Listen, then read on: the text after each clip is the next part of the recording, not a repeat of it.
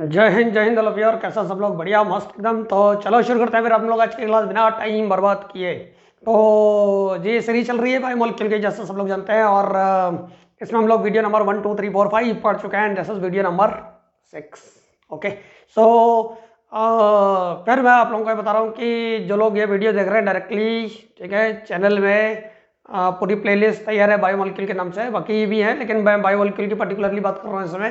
तो जिन लोगों ने इससे पहले वाली वीडियोस ना देखी हुई हो, 5 जो बैक टू बैक हम लोगों ने ऑर्डर वाइज बनाई है, तो पहले वो देखो, ऑर्डर वाइज पढ़ो भाई, तभी समझ में भी आएगा और तभी बात भी बनेगी, ध्यान रखना। ठीक, तो उसके लिंक्स मैं डिस्क्रिप्शन में देकर रखूंगा आप लोगों को, और आप उसे देखिए और तब इस वीडियो को देखिए उसके बाद। तो आज की क्लास में हमारा जो मुद्दा है डिस्कस करने का, वो पिछली क्लास यानी वीडियो नंबर 5 जो लेक्चर नंबर 5 मैंने लिया था, उसके आगे की बात हमें कंटिन्यू करनी है। आपको याद होगा इससे पहले वाली क्लास में और उससे पहले वाली क्लास में मैंने क्लास नंबर 4 और क्लास नंबर 5 जो आपको प्लेलिस्ट में मिलेंगे, उसमें मैंने आपको समझाया था कि ओपन चेन स्ट्रक्चर क्या होता है ग्लूकोज का, और रिएक्शंस पढ़ी थी हमने, chemical reactions, isn't it so. ठीक है, open chain reaction, open chain structure जो ग्लूकोज का है वो किस किस तरह से रिएक्ट करता है, कैसे उसकी रिएक्शंस करनी है, वो सब कुछ हमने डिस्कस करा। फिर उसके बाद इससे पहले वाली वीडियो में यानी वीडियो नंबर 5 में हमने कैपिटल डी और स्मॉल डी, कैपिटल एल और स्मॉल एल के बारे में हम लोगों ने डिस्कस करा, डी और एल कॉन्फ़िगरेशन, ठीक है, to be particular in to be specific enough. So now our target in this video is to discuss about the limitations of open chain structure of glucose. So since as I have told you earlier also कि जो open chain structure है भाई glucose का, उसे शुरुआत तो करी हमने, लेकिन ओपन चेन स्ट्रक्चर में कुछ कमियां पाई गई, और उन्हीं कमियों को दूर करने के लिए फिर साइक्लिक स्ट्रक्चर इजाद हुआ ग्लूकोज का, जो आज हम यूज करते हैं। लेकिन वो स्ट्रक्चर क्या है, साइक्लिक स्ट्रक्चर पढ़ने से पहले हमें ये मालूम होना चाहिए कि कमियां है क्या, और कमी भी बहुत इंपॉर्टेंट है। तो आज हमारा टास्क है कमियां डिस्कस करने का। तो लेट्स स्टार्ट विद कमी यानी लिमिटेशन नंबर 1।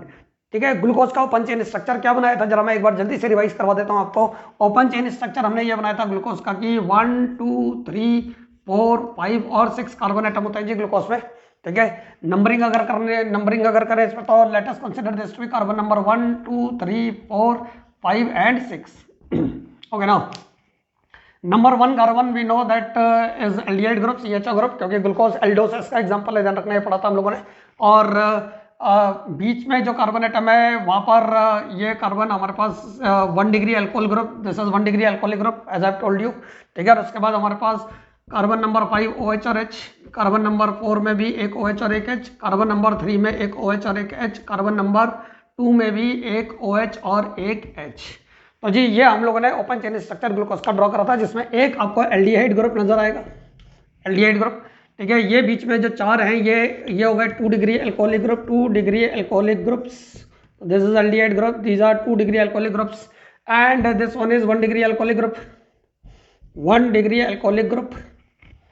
तो यह है ओपन चेन स्ट्रक्चर ग्लूकोज का जो हम लोगों ने पढ़ा था, और इससे रिलेटेड हमने रिएक्शन पढ़ी थी। अब सवाल ये है कि जब रिएक्शन पढ़ी है हम लोगों ने, तो इसकी कमी क्या है भाई, तो कमी क्या है वो डिस्कस करना शुरू करते हैं हम लोग। तो कमी नंबर 1, जैसा मैंने अभी बताया कि हम लोग शुरू करेंगे, तो लिमिटेशन नंबर 1 है कि जो डी ग्लूकोज है, पर्टिकुलरली डी प्लस ग्लूकोज कहते हैं हम लोग इसे, डी प्लस ग्लूकोज जो है वो एल्डिहाइड की कुछ रिएक्शन शो नहीं करता है। बिल्कुल सही सुना आप लोगों ने, डी प्लस ग्लूकोज एल्डिहाइड की कुछ रिएक्शन शो नहीं करता है।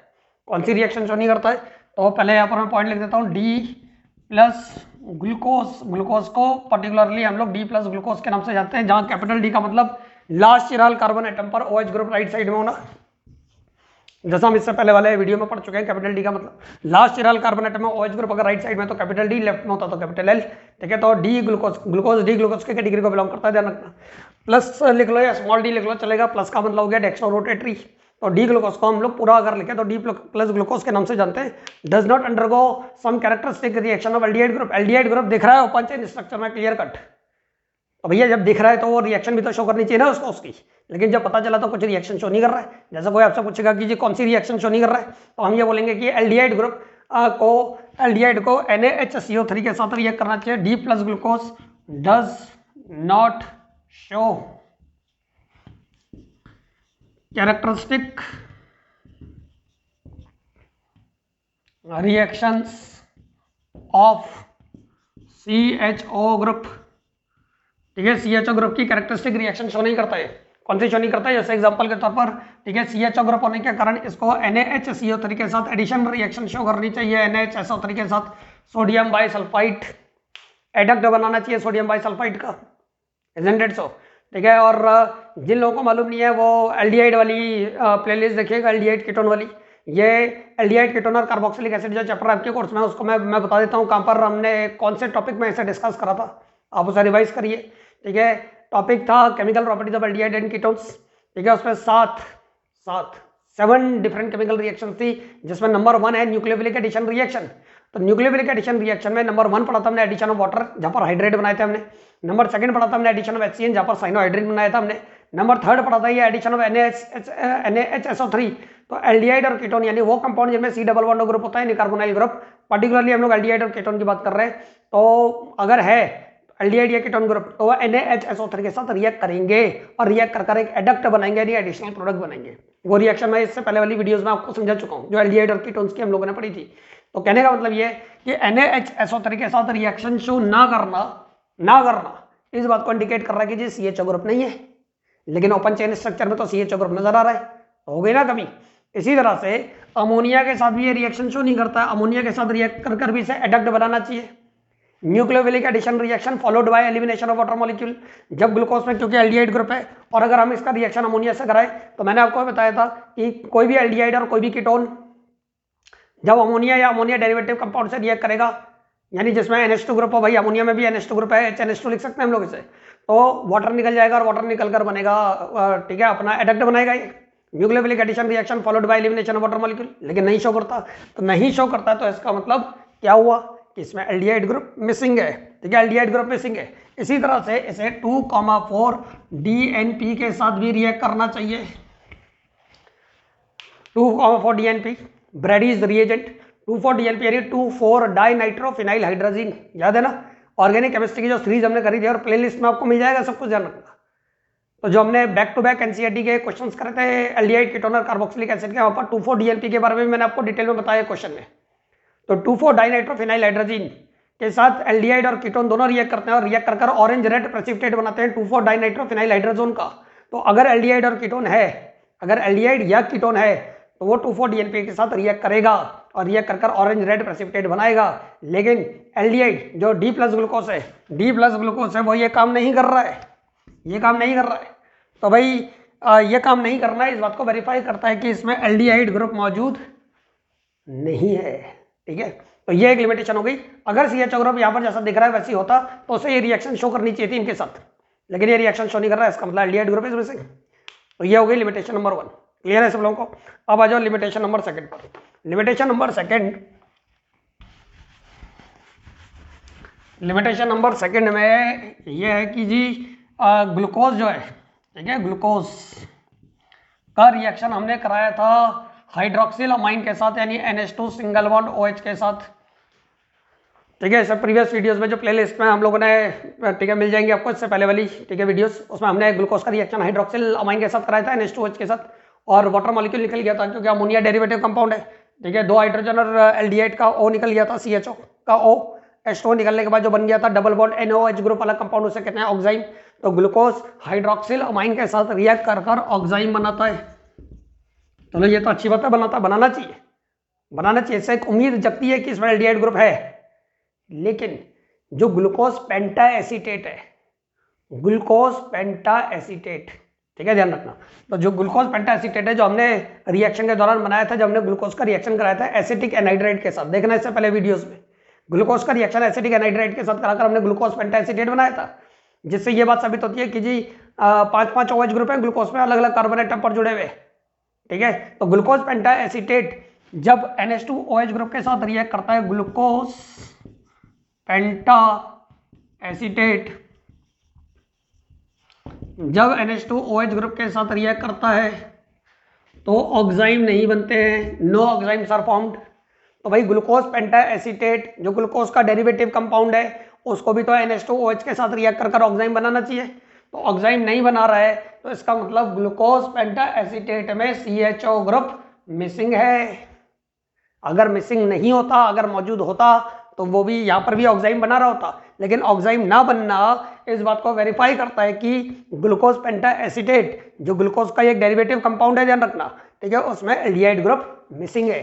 तो this is limitation number second कि जी दिख रहा है CHO group, glucose penta acetate में भी CHO ग्रुप। आप स्ट्रक्चर देखिए जो हमने बनाया था, स्ट्रक्चर देखिए आप ग्लूकोज पेंटा एसीटेट का, तो उसमें CHO ग्रुप आपको नजर आएगा, लेकिन CHO ग्रुप नजर तो आ रहा है उसमें, लेकिन वो रिएक्शन शो नहीं कर रहा है। तो ये क्या बात हुई भाई, नजर आ रहा है रिएक्शन शो नहीं करेगा, ऐसा कैसे चलेगा? तो इसका मतलब ये कमी में इंक्लूड करेंगे हम उसे।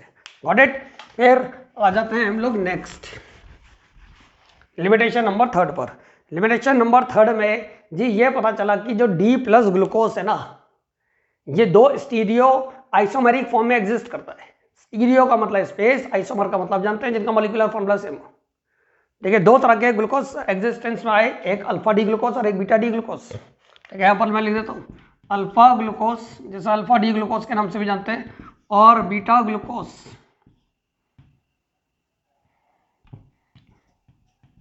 ठीक है, बीटा ग्लूकोज, अल्फा ग्लूकोज और बीटा ग्लूकोज, यानी अल्फा D ग्लूकोज और बीटा D ग्लूकोज के बारे में हमें जानकारी मिली। 2 स्टीरियो आइसोमर्स हैं ग्लूकोज के। ओपन चेन स्ट्रक्चर में इस बारे में कुछ नहीं समझाया गया, कुछ नहीं समझाया गया। ठीक है, स्टीरियो आइसोमर्स यानी स्पेस में, ठीक है, जिनकी पोजीशन एटम्स है, ग्रुप ऑफ एटम्स की पोजीशन जब चेंज हो जाए, ठीक है, तो जो आइसोमर बनकर तैयार होते हैं स्टीरियो आइसोमर्स कहते हैं हम लोग। तो ग्लूकोज के 2 स्टीरियो आइसोमर्स मिले हमें, अल्फा D ग्लूकोज और बीटा D ग्लूकोज। इन दोनों की प्रॉपर्टीज एक दूसरे से अलग अलग है ये ग्लूकोज, लेकिन दोनों की प्रॉपर्टी एक दूसरे से जुदा है। कैसे जुदा है, जरा कुछ बेसिक प्रॉपर्टीज मैं आपको इनकी बताता हूँ। जैसे अल्फा D ग्लूकोज की अगर बात करें तो इसका मेल्टिंग पॉइंट 419 केल्विन है, और इसकी जो स्पेसिफिक रोटेशन है, स्पेसिफिक रोटेशन जैसे हम लोग इंडिकेट करते हैं अल्फा D और ऊपर T लिख देते हैं टेम्परेचर के लिए, वैसे टेम्परेचर 298 केल्विन होता है स्पेसिफिक रोटेशन। ठीक है, ऐसे ये सिंबल दिया जाता है स्पेसिफिक रोटेशन को। अब भाई अगर स्पेसिफिक रोटेशन के बारे में देखो, ये अलग से एक डिटेल टॉपिक है, स्पेसिफिक रोटेशन क्या चीज़ होती है। ठीक है, तो अगर किसी को जानकारी ना हो स्पेसिफिक रोटेशन के बारे में तो कमेंट सेक्शन में ड्रॉप करना, तो मैं इसके लिए स्पेसिफिक रोटेशन के लिए एक अलग से वीडियो बनाकर आपको समझा दूंगा कि ये होता क्या है डिटेल में। हालांकि 12th क्लास में तो इतना काम नहीं आएगा, कॉम्पिटेटिव लेवल में थोड़ा ज़्यादा काम होता है, लेकिन अगर फिर भी किसी को जानकारी लेनी हो डिटेल में स्पेसिफिक रोटेशन क्या होता है, तो do not forget to drop your question और your query in comment section. तो जो स्पेसिफिक रोटेशन है उसमें दोनों की वैल्यू अलग अलग है। ठीक है, जहाँ अल्फा D+ ग्लूकोज जो होता है, अल्फा D ग्लूकोज भी जिसे कहते हैं अल्फा D+ ग्लूकोज, बोलो एक ही बात है, उसमें स्पेसिफिक रोटेशन की वैल्यू होती है 111 डिग्री। ठीक है, 111 डिग्री। यहाँ पर कैपिटल D का मतलब जैसे मैंने बताया अभी कि ये 12th क्लास में उतना काम नहीं आने वाला है, लेकिन कैपिटल D यहाँ पर इंडिकेट करता है वेवलेंथ को। वेवलेंथ एक्चुअली में सोडियम लैंप से जो एमिट हो रही होती है वेवलेंथ, वो वेवलेंथ लेते हैं, इसकी वैल्यू फिक्स होती है। टेम्परेचर भी यूजुअली हम लोग 25 डिग्री सेल्सियस यानी 298 केल्विन पर ही मेजर करते हैं, लेकिन अगर ये दोनों वैल्यूज चेंज होंगी, यहाँ पर लिखने का मतलब ये है कि अगर ये दोनों वैल्यूज चेंज होंगी तो वैल्यूज भी बदल जाती है। हालांकि हम लोग ये वैल्यूज फिक्स रखते हैं। ठीक है, D की वैल्यू यानी वेवलेंथ और T की वैल्यू। ठीक है, और ये खैर इतना ज़्यादा डिटेल में भी मैं जाऊँगा नहीं, लेकिन मैंने आपको बताया कि अगर डिटेल समझनी है तो आप कमेंट सेक्शन में लिखिएगा, तो I will explain you in detail.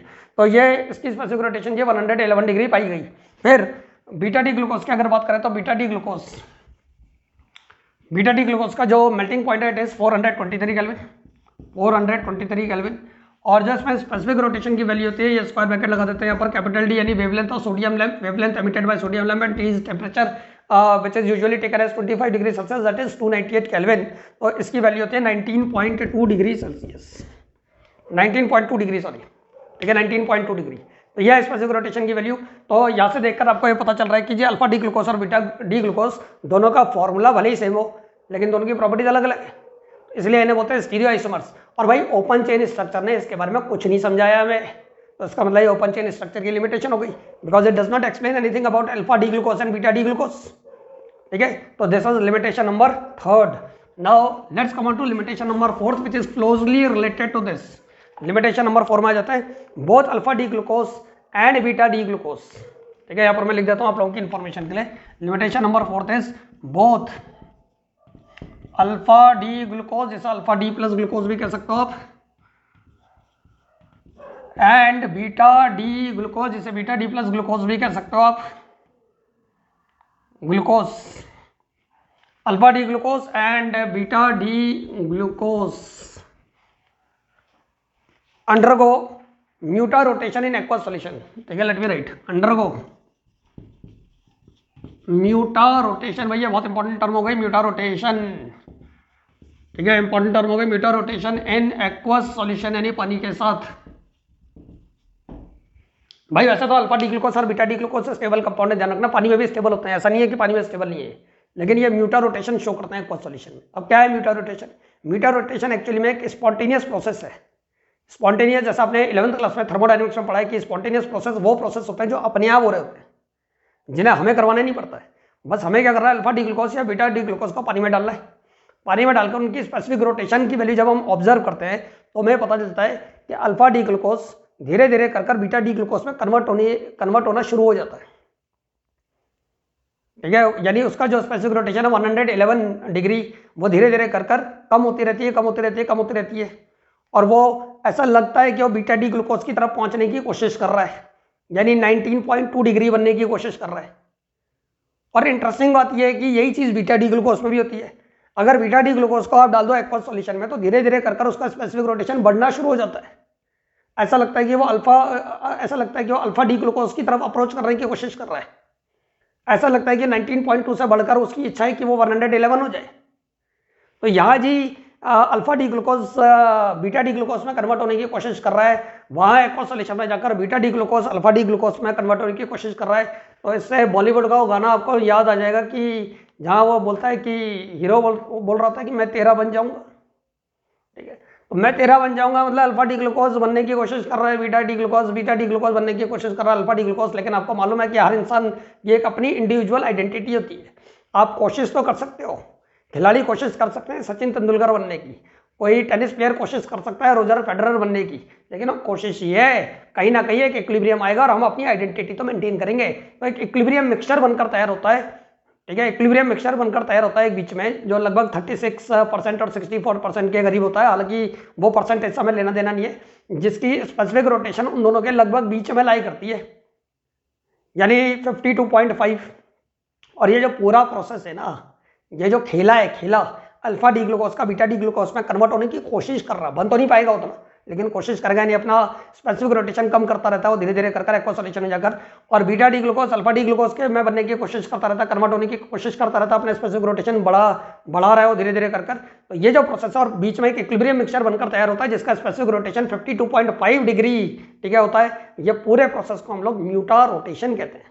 तो मैं इसे लिखकर बताता हूँ एक बार आपको, तो आप इस तरह से याद रख सकते हो उससे कि ये तो है जी specific rotation alpha D T को आप 298 केल्विन या 25 डिग्री सेल्सियस भी लिख दोगे तब भी चल जाएगा। यहाँ पर चलो मैं 298 केल्विन लिख देता हूँ, 298 केल्विन पर निकलते हैं। डी का मतलब वेवलेंथ हो गया, जैसे मैंने बताया था सोडियम, ये हो गई स्पेसिफिक रोटेशन की वैल्यू। और specific rotation alpha D glucose के लिए यहाँ पर लिख देते हैं अल्फा डी ग्लूकोज। ठीक है, अल्फा डी ग्लूकोज के लिए स्पेसिफिक रोटेशन की जो वैल्यू है वो होती है, स्पेसिफिक रोटेशन की value is 111 degree, it is 111 degree.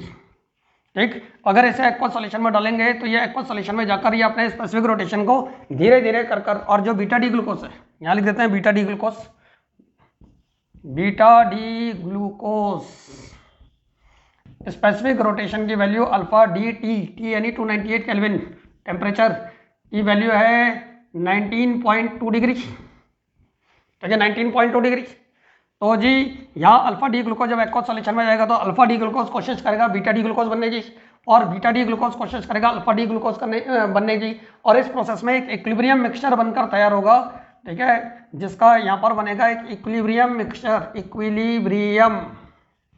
Mixture बनकर तैयार हो जाता है, जिसका स्पेसिफिक रोटेशन यानी अल्फा डी टी यानी 298 केल्विन टेम्परेचर की वैल्यू होती है लगभग 52.5 डिग्री।